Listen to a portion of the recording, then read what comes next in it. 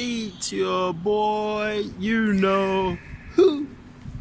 You can finish that. Hey guys, I just come from 44-3 Queen Street. So, as usual, doing my rounds. Hey! I come to take you over here so you can see what's happening with the demolition on 360 Queen Street. And yeah, without further ado, let's check it out. Let's see what these guys have been doing. And thanks for subscribing, all those guys who are subscribing. And if you haven't subscribed, please take a minute to hit that sub button. I will totally appreciate it. Your boy's moving up. All right, guys. Hey, 8 months without drinking, so still going. Remember, we're going for the whole of the year, as you are. So yeah, so keep it strong. And thanks for your support. So let's have a look here what these guys are doing. So I remember last time that was one level where the scaffolding is. Up there. Looks like they're eating away slowly. So I don't know what the plan is, the way it looks. From here, looking at it, it looks like they want to chew all that through. And then maybe they'll reposition the machine back that side so he can have a good grasp of the whole thing. Oh, smash all these in that way, chew that in the middle, and then all that can start caving back in. I reckon that could be the plan, so the whole thing doesn't spill out to the street, because it needs to be pretty solid. None of these material supposed to go out on this street. That's why they have all these beams, steel beams going through here, and all the scaff. And one thing you've noticed is every time the building comes down, the scaff has to come down as well, because there's nothing for the scaff to tie on. Otherwise, it's a bit of wavy. So yeah, we still got the big beams on the outside holding the top of that structure. Obviously he can't chew any more of that until this debris has been taken away. There's a bit of debris here. Oh, what's going on with that? I hope they're gonna salvage some of that. Looks like there's a bit of material in there. Let's have a look. But that's the other thing, man, like small things like that don't really matter for them, like that. Sometimes to them it doesn't matter, because the whole project just costs so much for them to worry about those small things. So sometimes they just probably would just throw that away, or who knows, maybe someone might salvage it.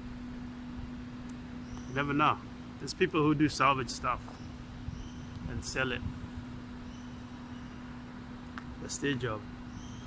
As you can see, this other side, they haven't touched it yet. So they have like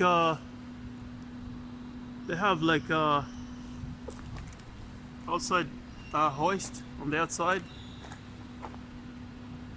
that goes on the outside there, takes all the material, whatever they need to bring down. And I can see a little, like a lift gates over there. That's called a mast climber. That thing right there.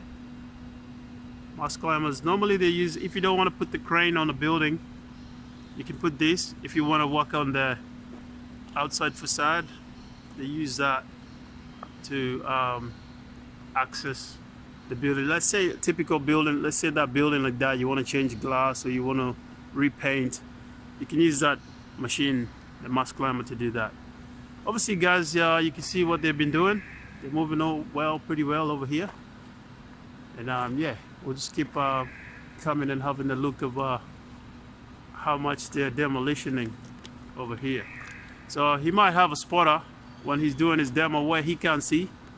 He might have a spotter maybe somewhere up there, or maybe someone on this side, just to be on the radio and be able to communicate. And obviously they have to do the assessment before they start doing demo. Maybe I'll come one day before they start, when they pull pull down some more, and we can just watch them work, do their magic.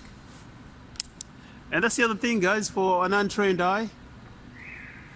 For an untrained eye, this job looks very dangerous. Obviously, there's a lot of risks, especially like flying objects and stuff like that that could escape that area and probably fall outside here. But most of the time that they really try to contain everything within this perimeter, and that's why they have those perimeter mesh, just to stop anything from spilling out. Because yeah, as usual, I say that could be catastrophic.